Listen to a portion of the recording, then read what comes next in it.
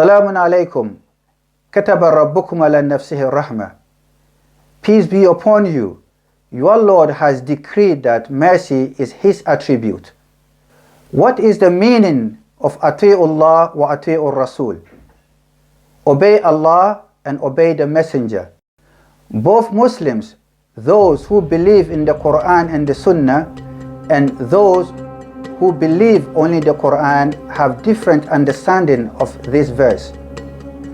Those Muslims who believe in the Qur'an and the Sunnah uphold that Ati'ullah, obey Allah, means to believe and follow the Qur'an. Wa Ati'ur Rasul means to believe in the Sunnah. Sunnah is the practice of Prophet Muhammad. Now let us listen to the meaning of obey Allah and obey the Messenger from this Shaykh, who seems to disagree with those who believe in the Qur'an. Don't you know that in the Qur'an Allah says وَأَطِيعُوا اللَّهَ وَأَطِيعُوا الرَّسُولَ, obey Allah and obey the Prophet ﷺ. How to obey the Prophet? How to obey Allah Azza wa Jalla? First of all, so yeah, we have to obey Allah. How? So by reading the Qur'an, this is Allah's words. Good. How to obey the Prophet ﷺ? By obeying the Qur'an, because the Qur'an was revealed to him. Excuse me, it's the same thing. Obeying the Qur'an, the Prophet ﷺ, is by believing in the Sunnah. The Shaykh said, the meaning they gave to Ati'ullah wa Ati'ur Rasul seems to be the same. Yes, it is the same. For those people who believe in the Qur'an, they go with this verse. In this verse, Allah said, وَمَنْ يُطِعِ الرَّسُولِ فَقَدْ أَطَاعَ اللَّهِ. Whoever obeys the Messenger has obeyed Allah. So these two verses, there is no contradiction between them. It means Allah is the one who sent Prophet Muhammad with the Qur'an. So anyone who obeys the Messenger, it is the same as you have obeyed Allah. This is the meaning here. The second thing we can see in the explanation of the Shaykh is that if Allah truly wanted us to follow the Sunnah, why didn't He say Ati'ullah, obey Allah, wa ati'u sunnata Rasul, and obey the Sunnah of the Prophet? Rather, Allah didn't say that. He said Ati'ullah wa ati'u Rasul, obey Allah and obey the Messenger. So with this verse, we can clearly say that Allah did not instruct us to follow the Sunnah, because if He wanted us to follow, He will have said it clearly in this verse.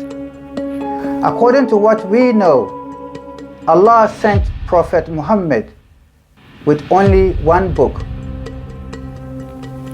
So if we believe that Wati'ur Rasul means to follow the Sunnah, this means that Allah sent Prophet Muhammad with two sources of guidance,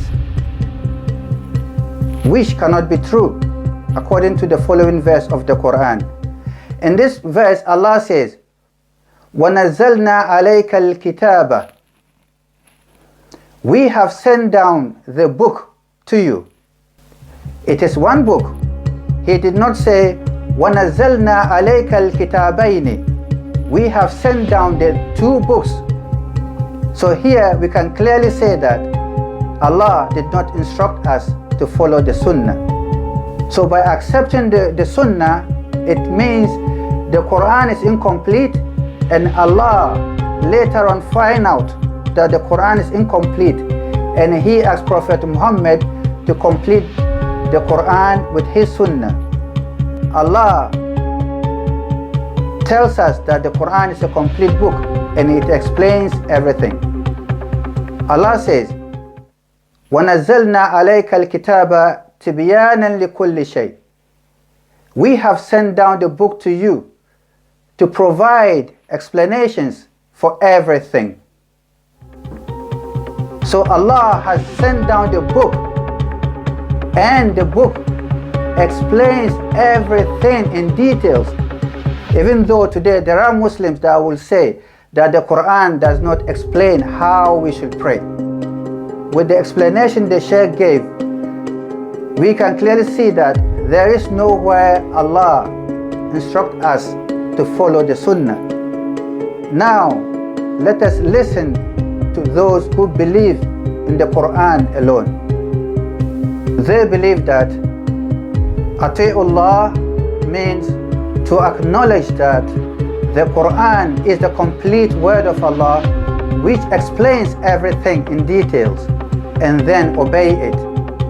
Wa Ati'ur Rasul means to obey the messenger as the truthful messenger Allah sent with the Qur'an for our guidance, and then obey it. The responsibility of the messenger is to only deliver the Qur'an, and our responsibility is to accept the Qur'an from him and then be guided.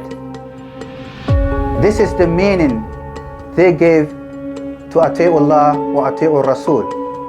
In fact, their interpretation goes with the following verse of the Qur'an. In this verse, Allah says, قُلْ أَطِيعُوا اللَّهَ وَأَطِيعُوا الرَّسُولَ فَإِن تَوَلَّوْا فَإِنَّمَا عَلَيْهِ مَا حُمِّلَ وَعَلَيْكُمْ مَا حُمِّلْتُمْ وَإِن تُطِيعُوهُ تَهْتَدُوا وَمَا عَلَى الرَّسُولِ إِلَّا الْبَلَاغُ الْمُبِينُ. Say, obey Allah and obey the messenger.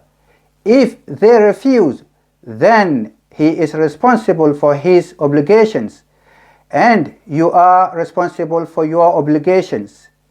If you obey him, you will be guided. The duty of the messenger is to deliver the clear message.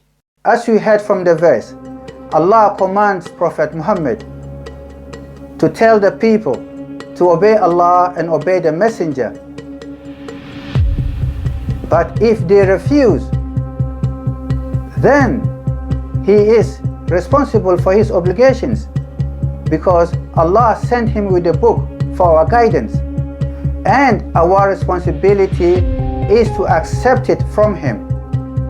And if we obey him and accept the message from him, we will be guided. And the responsibility of Prophet Muhammad is to only deliver the clear message to us.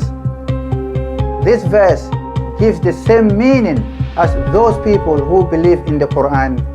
And with this verse, we can clearly say that there is nowhere Allah says that we should follow the Sunnah.